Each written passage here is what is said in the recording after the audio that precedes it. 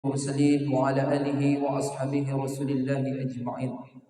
أشهد أن لا إله إلا الله وحده لا شريك له وأشهد أن سيدنا محمدا عبده ورسوله. اللهم صل وسلم وبارك على سيدنا محمد وعلى آله وأصحابه ومن تبعهم بإحسان إلى يوم الدين. أما بعد. Bersyukur kepada Allah Subhanahu wa taala dengan mengucapkan alhamdulillahirabbil alamin. Sampai detik ini alhamdulillah Allah Subhanahu wa taala masih berikan kita kehidupan sampai dengan tanggal 1 Rajab. Mudah-mudahan Allah Subhanahu wa taala sampaikan kita dengan bulan Ramadan. Amin amin ya rabbal alamin. Berselawat kepada baginda Rasulullah sallallahu alaihi wasallam dengan ucapan Allahumma salli ala Sayyidina Muhammad wa ala ali Sayyidina Muhammad. Aulan nasi bi yaumal qiyamah aksaruhum alayya salatan. Orang yang paling dekat denganku, kata Rasulullah, di hari kiamat adalah orang yang paling banyak berselawat kepada baginda Rasulullah sallallahu alaihi wasallam. Jamaah yang dirahmati Allah Subhanahu wa taala. Adapun kultum singkat kita pada hari ini adalah bahaya. Janganlah kamu mengikuti langkah-langkah syaitan. Sesungguhnya syaitan itu adalah musuh yang nyata bagimu. Di dalam ayat ini mengatakan bahwasanya kita disuruh makanan yang halal lagi baik. Karena makanan yang halal itu akan berpengaruh kepada kita. Apatah lagi makanan itu makanan yang haram yang kita dapatkan. Dampak makanan yang haram itu sangat luar biasa di dalam kehidupan kita. Maka suatu ketika Sa'ad bin Abu Waqqas pernah meminta nasihat kepada Rasulullah sallallahu alaihi wasallam. Ya Rasulullah, nasihatiku atau kan berikan satu amalan. Yang amalan itu nanti akan mempercepat doaku sampai kepada Allah Subhanahu wa taala.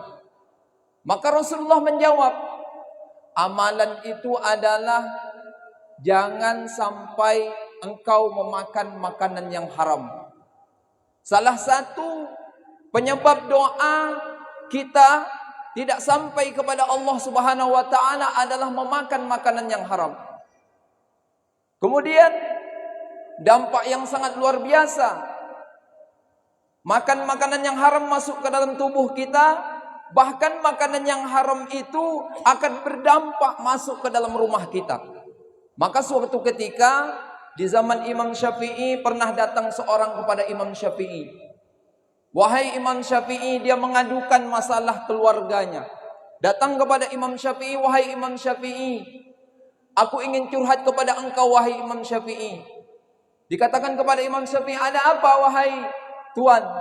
Wahai Imam Syafi'i, di dalam keluargaku sekarang seperti neraka wahai Imam Syafi'i. Hancur.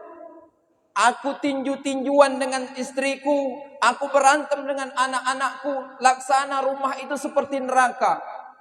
Wahai Imam Syafi'i, berikan nasihat kepadaku. Kata Imam Syafi'i, engkau pernah kerja. Sekarang engkau kerja. Iya kerja. Di mana kerja? Di tempat kerjaku. Berapa satu bulan dapatnya? Kata Imam Syafi'i. Satu bulan dapat saya, gaji saya 5 dirham. Lalu engkau minta kurangkan 1 dirham. Besok datang kepada majikanmu, minta kurang 1 dirham. Orang ini percaya, Pak. Karena ingin supaya keluarganya bagus, akhirnya dia pergi kepada majikannya. Wahai majikanku, aku ingin supaya dikurang gajiku menjadi 4 dirham. Yang kemarin kan 5 dirham, sekarang menjadi 4 dirham. Apa kata majikannya? Siap.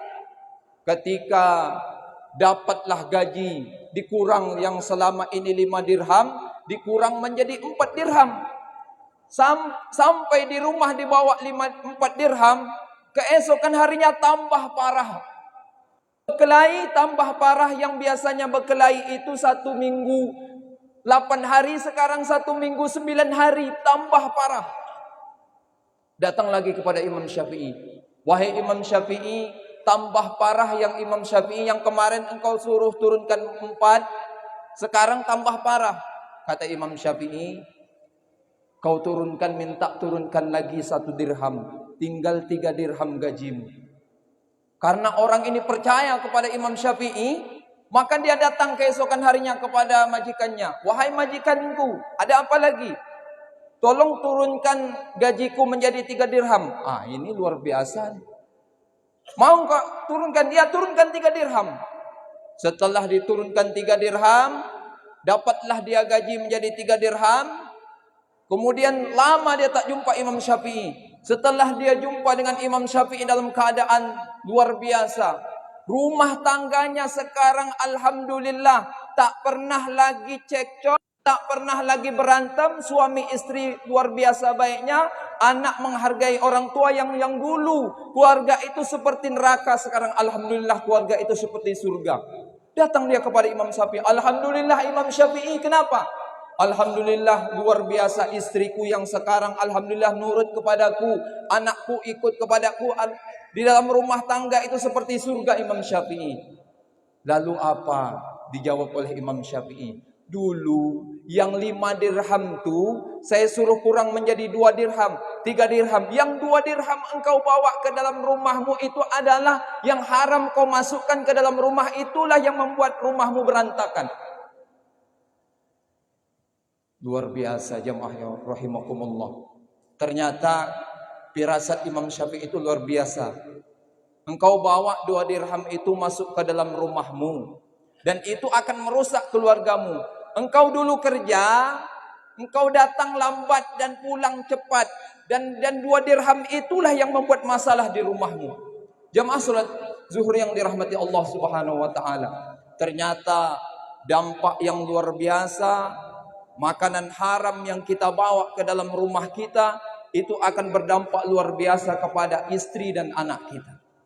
Jamaah salat zuhur yang dirahmati Allah Subhanahu wa taala. Peristiwa ini atau kisah itu membuat kita mudah-mudahan bagaimana kita dalam hidup kita ini agar bisa kita membawa walaupun sedikit masuk ke dalam rumah kita adalah barang itu barang yang halal. Kalau barang yang haram itu nanti akan merusak rumah kita. Bisa jadi yang hari ini istri kita melawan kita, bisa jadi yang hari ini anak kita melawan kita. Itu bisa jadi barang atau yang kita suapkan kepada mereka itu adalah barang-barang yang haram.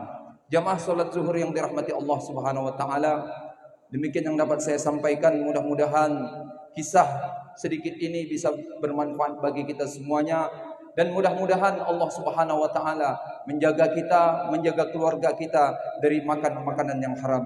Fa'tabiru ya ulil absar. Mudah-mudahan bermanfaat bagi kita semuanya. Assalamualaikum warahmatullahi wabarakatuh.